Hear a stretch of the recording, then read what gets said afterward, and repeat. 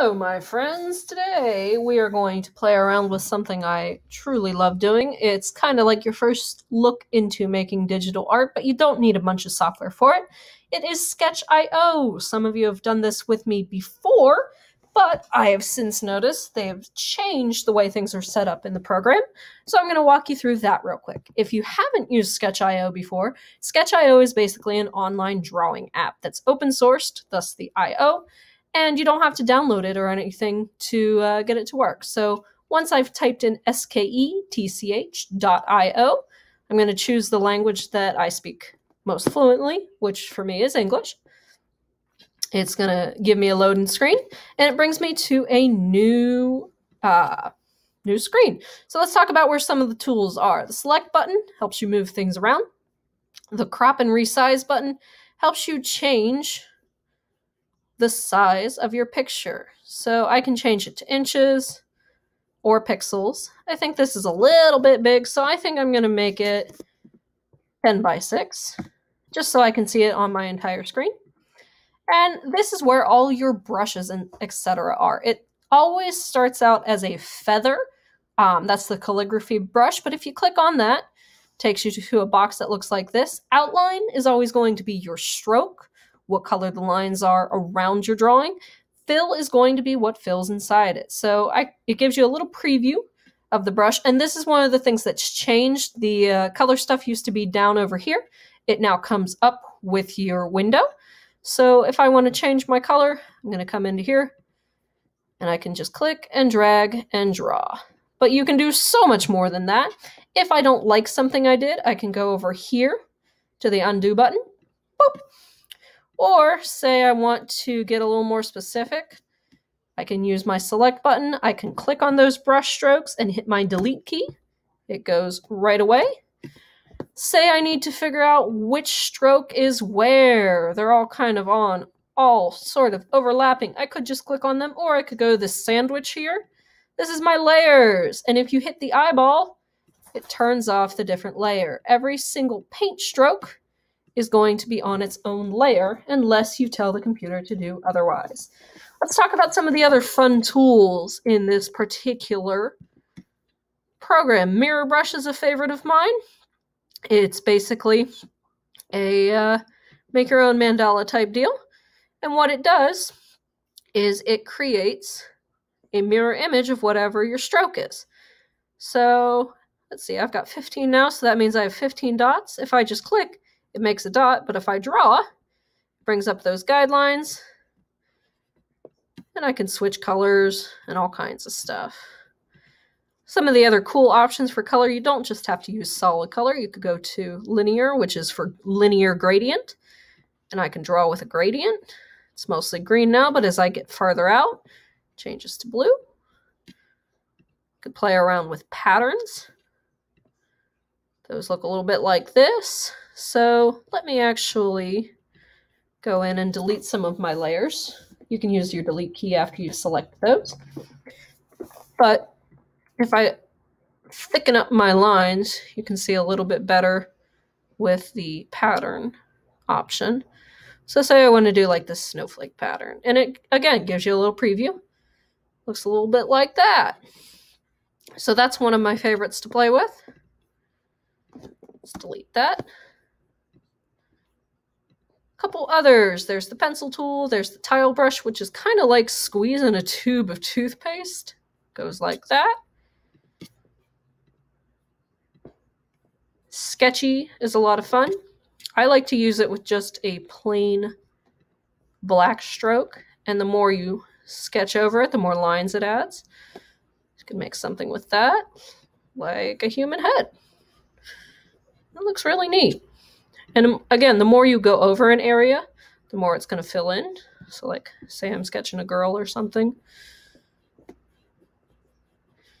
And this is all just being done with my mouse. There's a lot of cool stuff you can do with your mouse with this. And I could change the color, of course. Web is another similar type. Just looks a little bit different. We've got Spirograph, which is a lot of fun to use with the gradients Let me see if I can find the rainbow one. There we go. So it behaves just like a spirograph.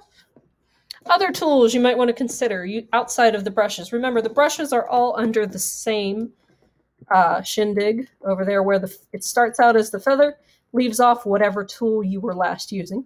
There's also the shapes button. Pretty self-explanatory. It lets you make a shape. And this is where fill and outline really start to come in. If you have fill selected, you're going to have, let's say I want a radial gradient. Say I don't want an outline on this, though. I would hit this little water droplet where it says 100% and click that off, and it creates a shape without an outline. I can move these around. I can change the size using the boxes around them. Just like that. So shape is pretty easy. There's a text tool to type cool stuff. So say I want to just type in Merry Christmas. Happy Holidays. Sometimes the cursor jumps around. But there's lots of different fonts you can use. If I go back to my text tool and open that up, after you've highlighted your text, you can change it, and it even, again, gives you a little preview. That's a fun font. I like that.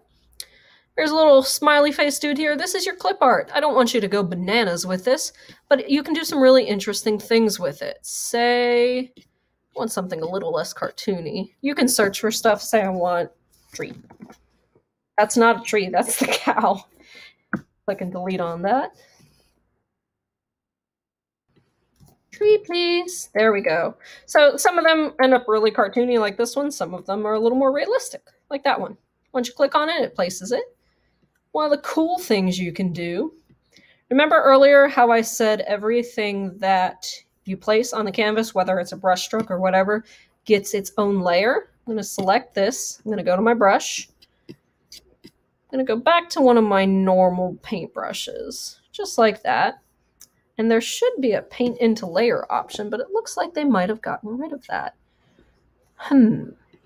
Let's do a layer mode. Let's try this.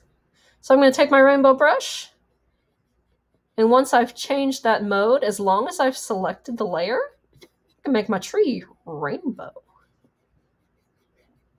Pretty cool, huh? And last but not least, if you want a solid background, you're going to go to vector fill or pixel fill. You choose what color you want your background to be filled in, and you click. And I can move that background around too. So that is a very, very basic crash course in Sketch.io. Today, if you have not finished your Zentangle, this is what you're going to mess around in. I want to see what you can make. If you want to save it to your computer, say you really like what you've made. So I'm going to go ahead and hurry up and do some painting. Say, okay, say I really like my shape. If I go down to a little floppy disk that says export, I can hit download. Hit download again. Little thing will pop down here. It says drawing.sketch. That's what the default is. That'll be in your downloads folder. You can go from in there and upload it into your school folder. The cool thing about Sketch.io is if you accidentally close out of it and you sign back in, your drawing should still be there. See? Cool, cool.